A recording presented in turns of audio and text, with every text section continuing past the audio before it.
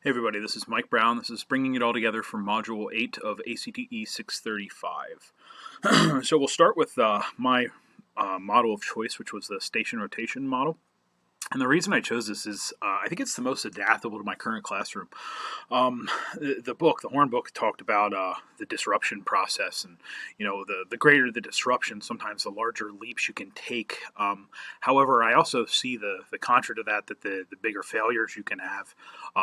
So I think for my school currently, the digital footprint that we have is still kind of in its infancy, and if I was to go shoot for the moon, if you will, um, there may be some pretty big repercussions if it doesn't go well. So I think that the station rotation model is less disruptive, which kind of would be more accepting at this point in time in my school. It does still, however, I mean, it's not to say that the station rotation is a bad model. It still has the flexibility that I need in my classroom to adjust for the class sizes that I have and to meet the students in a more meaningful way. Uh, as far as our school goes, all our educators do have some form of online or digital component in their classroom. It's just depending on how much they used it before the COVID-19 situation. And how much they'll use it going beyond that. However, it does exist, so I think it would be acceptable to bring this model into the school without much issue. Our students also already have laptops due to our one-to-one program, and they do have some digital literacy. I think it's inappropriate to believe that the students are going to know how to operate the computer and all the aspects of our online tech. It's not realistic. The students know how to navigate social media. They know how to text on a phone, but using a keyboard is beyond some of them. It's funny to watch these guys peck type when they're trying to type out something for me. But as far as that goes, they have a foundation, so this could easily kind of grow from that. As far as my SMART goals go, my specific goal was to raise the overall average by 5%.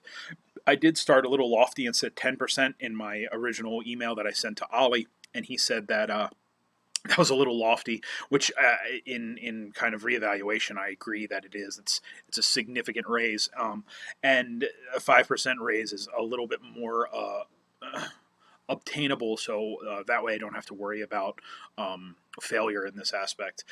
My measurables would be grade averages and performance determined by assessments that were created for the coursework. The assignable aspects would be for the teacher creating the material that promotes growth and also sifting through the pre-existing material and making sure it's serving the purpose that is intended. We want to get away from busy work and make sure that the students are getting meaningful activities every time, or as close as we can. The students, however, are going to have to meet that challenge as well with optimism and effort. They're going to have to make sure they're putting in their ability too. It's a two-way street. And lastly, the district is also going to need to make sure that they provide the materials for this success and keep supporting them, the tech aspects and whatnot. As far as realistically, can I achieve it? Sure. We already have the laptops in our buildings, so it would be not that big of a transition to go to this, I don't think, and that's why it really appeals to me. And as far as the time-related aspects, looking at the final determination of their grades based on their percentages throughout the performance of the year. The culture in my building, it kind of hovers between new blood and the old guard, and then I'm kind of like in the middle with a group of my teachers that we kind of grew up in the old guard, but we're taking these classes and kind of looking forward in progression for how public ed can change. My administration definitely sees a benefit to online education, especially after the COVID pandemic. However, there's some regulation from the top down that kind of stifles creativity. The cool thing about when you stifle creativity, if you do that to teachers, I think we can all attest to this. It may not be us specifically, but you know somebody that can make something beautiful out of a mess as far as teachers go. So there's always that chance for the creativity to bloom as well. So I definitely have that more optimistic outlook for that. The students in my building do already have some routine, as they discussed in the videos of the schools that we saw through the readings.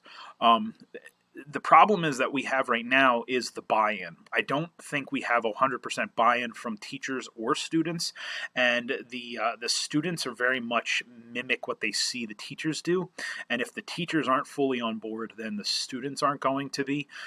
So I think that's where the culture needs to develop in my school, and I think that's the same for a lot of schools. I'm not saying there's a fault to it, but it's just kind of elevating that ability to see the good in this process.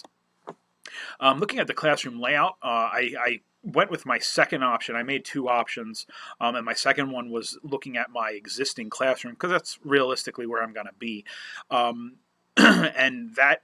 I think the model that I chose, I'm still able to have the varied stations.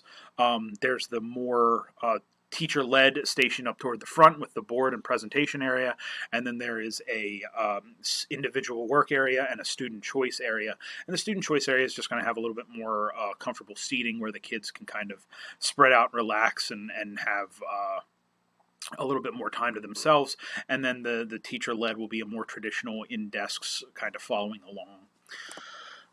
The blended tools. My school district kind of limits the LMSs that are approved by the district. Right now we have Moodle and Google going forward from last school year into next, and they bought Seesaw for elementary, but that doesn't affect me. When we did the evaluations of the online free sources, the open sources, mine was on Hippocampus, which was amazing. However, there's no control that my district could have over the content as far as like the videos and stuff. So they'd be leery to approve that. The other thing that I always keep in the back of my head, because of the different ability levels in all my classes, we need to make sure that we're meeting the needs of students that have specific learning disabilities. I've had students in class that have visual impairments or hearing impairments, as well as a whole bunch of other things that make them unique learners, and we need to make sure that we're reaching those students as best we can with the accessibility options that the technology offers. Student roles, rules, and expectations. The students are going to have to take an active role in this. The whole adage of lead a horse to water. Yeah, we can get them there. They have to drink. They have to do the work. I think a lot of students have become disenfranchised due to the sizes of classes and the mode of delivery. And I'm thinking that this method could possibly reach those students again and get them to be more active participants.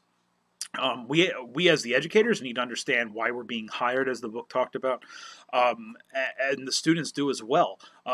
We need to make sure that the students understand that education is the pathway to get more freedom, not to inhibit them. As far as during this class, my aha moments, the blended models are a lot more tangible than I thought, at least the ones that aren't super disruptive. That they allow you to kind of work on the autonomy of your classroom, but still make some significant changes that can hopefully kind of blossom out and go from there and bring more of this into the schools. Non-consumption can really drive the process of this choice. The problem is you don't know what you don't know. You can get into that kind of blinders where all you can see was what's in front of you, and you don't know what needs aren't being met if you're not looking for them. So I think that whole identifying non-consumption is really important. And lastly, elementary teachers really knew what they were doing when they were doing centers. I think that's kind of the station rotation model is just the secondary level of centers, which is kind of funny to say, but I think it works. And that's why we had some good results from our elementary schools with those. As far as leaving this, some of the questions I have is, what do you do when you have a district that's unwilling to budge on their ideas of acceptable tech? How do you convince them otherwise? Even if you have research that shows otherwise and they're not willing to. How do you allow for risk-taking in a world that's become so litigious? You got to make sure that we're allowed to make mistakes. If it doesn't work the first year, the districts have to cut us a break and to let us try again to learn from our mistakes. If we just, once and quit, nobody gets anything out of that.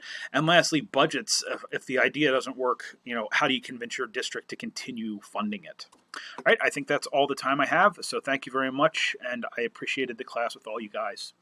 Have a good one.